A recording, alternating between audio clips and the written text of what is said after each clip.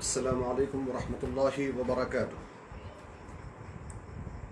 نحمده ونصلي ونسلم على رسوله الكريم وعلى آله وصحبه أجمعين أما بعد فأعوذ بالله من الشيطان الرجيم بسم الله الرحمن الرحيم اتل ما أوحي إليك من الكتاب وأقم الصلاة إن الصلاة تنهى عن الفحشاء والمنكر ولذكر الله أكبر والله يعلم ما تصنعون صدق الله العظيم وبلغنا رسوله النبي الأمين الكريم ونحن على ذلك لمن الشاهدين والشاكرين والحمد لله رب العالمين.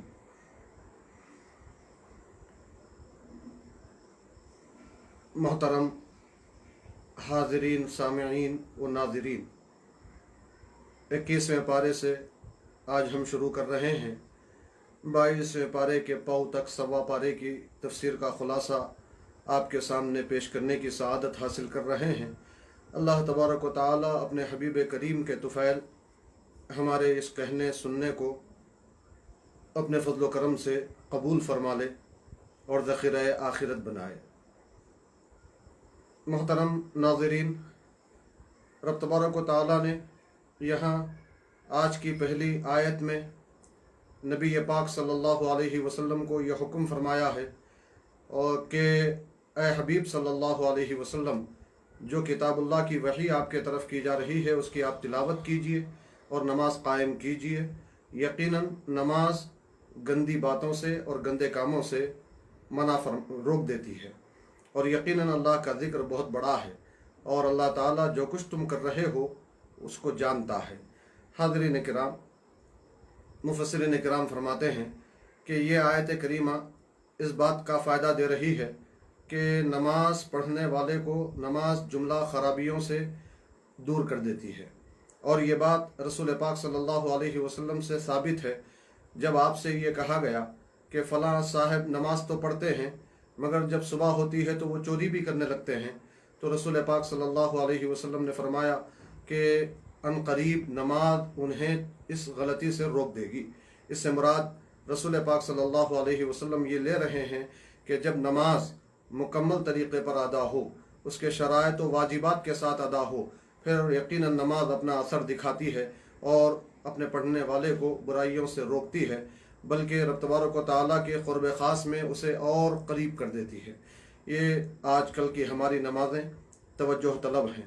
ہمیں چاہیے کہ اپنے نمازوں میں خشوع اور خضوع پیدا کرنے کی کوشش کریں. نمازیں ہوں تو صحابہ کرام کی طرح ہوں. مولا کائنات سیدنا علی کرم اللہ وجہہ الکریم کی نماز کا منظر لے لیجئے. جب آپ کے پائے اقدس میں ایک تیر چبھ گیا اور تکلیف کا عالم یہ تھا کہ آپ کسی کو پیر کو ہاتھ لگانے نہیں دے رہے تھے، تیر نکالنا مشکل ہو گیا، نکالنا بھی ضروری تھا اور کسی کو چھینے بھی نہیں دے رہے تھے، تو رسول پاک صلی اللہ علیہ وسلم نے ان کے ساتھیوں سے کہا کہ جب یہ نماز میں کھڑے ہو جائیں تو تیر نکال لو.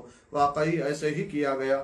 جب آپ کو حالت نماز میں آپ کے پیر سے تیر نکالا گیا تو آپ یاد الہی میں، عبادت الہی میں اتنے مستغرق تھے، اتنے ڈوبے ہوئے تھے کہ تیر نکال لیا گیا مگر آپ کو ذرہ برابر بھی احساس نہ ہوا، حالانکہ فارغ اوقات میں آپ چھینے بھی نہیں دے رہے تھے. تو اسے پتہ چلا کہ نماز کامل محویت کے ساتھ، استغراق کے ساتھ اور پورے انہماک کے ساتھ ادا کی جائے، خشوع اور خضوع کی کیفیت کے ساتھ ادا کی جائے، شرائط اور ارکان کے پوری ادائیگی کے ساتھ نماز کو مکمل کیا جائے تو یقیناً یہ نماز خرابیوں کو دور کرنے کا سبب بنے گی اور ہماری زندگیوں میں ایک عظیم انقلاب آ جائے گا. پھر اس کے بعد اسی پارے میں رب تبارک و تعالیٰ نے بالکل اسی رکوع میں ایک اور بات کی طرف اشارہ فرمایا. نبی پاک صلی اللہ علیہ وسلم سے خطاب کرتے ہوئے اللہ نے فرمایا کہ اے حبیب صلی اللہ علیہ وسلم، آپ اس سے پہلے اعلان نبوت سے پہلے کوئی کتاب نہ پڑھتے تھے اور نہ کبھی آپ نے اپنے داہنے ہاتھ سے کوئی خط لکھا تھا. اگر پہلے سے آپ لکھتے اور پڑھتے ہوتے تو یقیناً باطل والے شک میں پڑ جاتے اور یہ سمجھتے کہ یہ تعلیم یافتہ ہیں،